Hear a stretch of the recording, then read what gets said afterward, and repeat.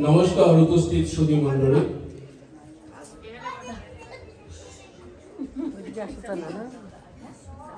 অত্যন্ত সৌভাগ্য ডক্টর মহানম্রত ব্রহ্মচারীজির এই ধরনের একটা আবির্ভাব দিবসে উপস্থিত থেকে কিছু বলার সুযোগ পাওয়া।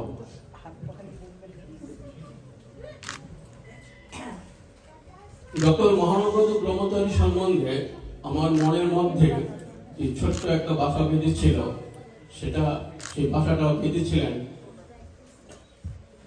আমাদের মামা পণ্ডিত। উনি ডক্টর মহানম্রত ব্রহ্মচারীজির শিষ্য ছিলেন। উনি কুমিল্লায় মহানম্রত ব্রহ্মচারীজির বক্তৃতাগুলো শুনে উনি এসে আমাকে বলতেন, তখন আমি হাই স্কুলে পড়ি, 6-7 হবে এরকম, 1960s এর দিকে। তো তখন থেকে মনে হচ্ছিল যে ওনার সাথে দেখা করতে পারলে বা ওনার সাথে যদি জড়িত হইতে পারতাম কোনোভাবে, তাহলে জীবনটা ধন্য হতো। তো যাই হোক, ডাইরেক্টলি ওনার সাথে আমার যোগাযোগ হয় নাই, কিন্তু পরবর্তী সময়ে আমি একটা যোগাযোগ সৃষ্টি করেছি, যার মাধ্যমে ওনার সাথে একটা যোগসূত্র তৈরি হয়েছে। আপনারা জানেন যে আমাদের সময় খুব সংক্ষিপ্ত। নিপেনদা আছেন, আমার বক্তব্যের কিছু সময়টা আমি নিপেনদাকে দিয়ে দেব, কারণ নিপেনদার কাছ থেকে আপনারা আরো ভালো অনেক কিছু শুনতে পারবেন। আমি শুধু দু একটি কথা, আর এদিকে ছিল সম্পায় 2টা গান করার কথা ছিল, সেটাও একটা গান উৎসর্গ করেছে প্রভুর আমাদের গুরুদেবের জন্য, আরেকটা উৎসর্গ করেছে নিপেনদার জন্য। আপনি কন্টিনিউ করতে পারবেন আরো 5 মিনিট বেশি। উপমা, এই যে গ্রন্থটা এখানটায় বলা আছে যে উপমা মহানম্রত ব্রতস্য। আমি বেশি সময় নেব না, ঘন্টা খানেকের মধ্যে আমার শেষ হয়ে যাবে। ওকে, তাহলে একটু বেশি নিয়ে নেব। আচ্ছা শোনেন, যেটা হচ্ছে যে এই গ্রন্থটা যদি আমি এখানটা উপস্থাপন করার উদ্দেশ্যটা হচ্ছে আপনাদের মধ্যে একটা আগ্রহ সৃষ্টি করা এই গ্রন্থটা পড়ার জন্য। এই গ্রন্থটা যদি আমরা পড়ার সময় আমাদের মনের মধ্যে যে প্রশ্নগুলো থাকে, এই প্রশ্নগুলোর উত্তরগুলো তিনি কিভাবে উপমার মাধ্যমে আমাদেরকে বোঝানোর চেষ্টা করেছেন, সেটাই এখানটায় আছে। তা আপনারা যদি সুযোগ পান এই গ্রন্থটা সংগ্রহ করবেন এবং এটা পাঠ করে নেবেন। এই গ্রন্থটা সংকলন করেছেন শ্রী নন্দগোপাল সাহা। এটা 2টা খণ্ড আছে। প্রথম খণ্ডটা শ্রী নন্দগোপাল সাহা। আমি এখান থেকে 2-একটা উপমা আমি আপনাদের সাথে শেয়ার করব, তারপর আপনারা নিশ্চয়ই তখন এই গ্রন্থটা পাঠ করার জন্য আপনারা হয়তো একটু উৎসাহিত হবেন।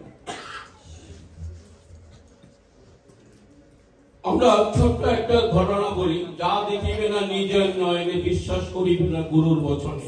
এই ধরনের একটা কথা আমরা প্রায় শুনে থাকি।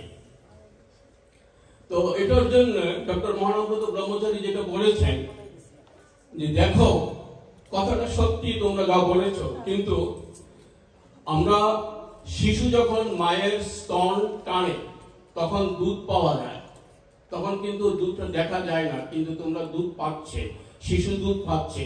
কিন্তু একটা ডাক্তার বা 5 জন ডাক্তারকে যদি বলা হয়, একটা সিরিজ দিয়ে যদি বলা হয় স্তন থেকে দুধ বের করো, তাইলে ওরা বের করতে পারবে না, রক্ত বেরোবে। তাইলে কি তোমরা মনে করছো যে তোমরা দেখতেছো না দুধ আছে কিনা, কিন্তু তোমরা তো দুধ পাচ্ছ সেখান থেকে। তো ব্যাপারটা হচ্ছে এরকম করে উনি বোঝানোর চেষ্টা করেছিলেন যে যেটা দেখা যায় না ঠিক সেটা না, বিশ্বাস করলেও পাওয়া যায়। এবং বিশ্বাস করলে কিভাবে পাওয়া যায় সেটা সম্বন্ধে উনি আরো বর্ণনা করেছেন। আমি ওদিকে খুব একটা যাচ্ছি না, আমার যদি একটু সময় থাকে তাহলে আমি একটা এক্সাম্পল দিয়ে আমি শেষ করে ফেলব। আরেক জায়গায় ওনাকে জিজ্ঞেস করা হয়েছিল যে আপনাদের এত দেব দেবীর কেন পূজা করেন, তো উনি বলেছিলেন যে যত ডাক বাক্স এখানে দেখেন, আপনারা রাস্তায় যতগুলো ডাক বাক্স দেখেন, পোস্ট বক্স যেগুলো দেখেন, আপনাদের যদি ঠিকানা ঠিক থাকে, আপনি যে কোনো জায়গা থেকে চিঠিটা পোস্ট করবেন না কেন, এটা ঠিকানা মতো পৌঁছে যাবে। তো এখান থেকে উনি বোঝানোর চেষ্টা করছেন, আমাদের লক্ষ্য যদি ঠিক থাকে, তাহলে আমরা যে কোনো ভাবে আমরা পথ চলি না কেন, তাহলে আমরা আমাদের নির্দিষ্ট গন্তব্যে পৌঁছে যাব। সেটা উনি আমাদের দেব-দেবী সম্বন্ধে বলেছেন।